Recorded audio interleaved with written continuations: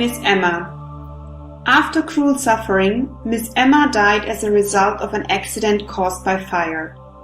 Someone had proposed that we evoke her at a meeting of the Parisian Spiritist Society. When she spontaneously appeared on July 31st, 1863, shortly after her death. I am still here on the world scene. I, who thought I had buried myself forever in my wheel of innocence and youthful. The fire of the earth would save me from the fires of hell. Thus I thought according to my Catholic faith, and even if I had not dared to anticipate the splendors of heaven, my timid soul would take refuge in the expiation of purgatory. So I prayed, suffered, and wept. But who in my weakness gave me the strength to bear such anguish? Who in the long nights of sleeplessness and dire fever bent over my deathbed? Who refreshed my dry, parched lips? It was you, my spirit guide, whose white aura surrounded me, and it was you, dear and beloved spirits, who came to whisper words of hope and love in my ears. The flames that consumed my frail body also rid me of its chains, and thus I died while already living the true life. I didn't experience any state of confusion. I entered serenely and consciously into the radiant day that embraces those who, after having suffered much, know how to wait just a little longer.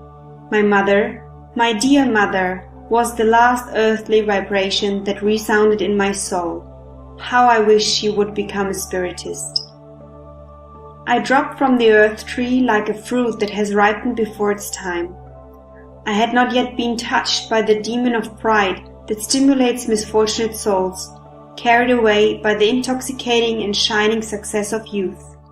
I blessed the fire, the suffering, and the trial, which were nothing more than an expiation. Like the light gossamer threads of autumn, I flowed, carried about on luminous currents.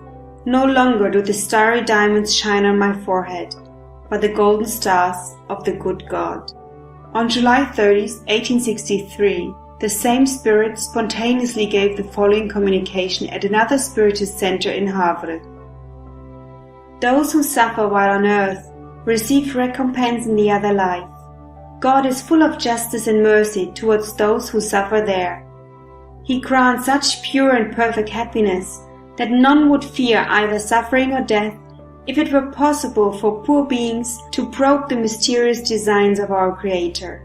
But the earth is a place of many trials, and poignant pain is frequently sown there. Be resigned if you are stricken. Bow before the supreme goodness of the omnipotent God whenever He gives you a heavy burden to bear. If He calls you after great suffering, and if there is no complaining or moaning in your heart, you will perceive the recompense that God has reserved for you. You will see in the other life, the happy life, how little the pain and suffering of earth are. I left the earth behind me quite early, and God wanted to forgive me and give me the life of those who respect His will. Always worship God. Love Him with all your heart. Pray to Him above all. Pray to Him confidently. He who is your support while on earth, your hope, your salvation.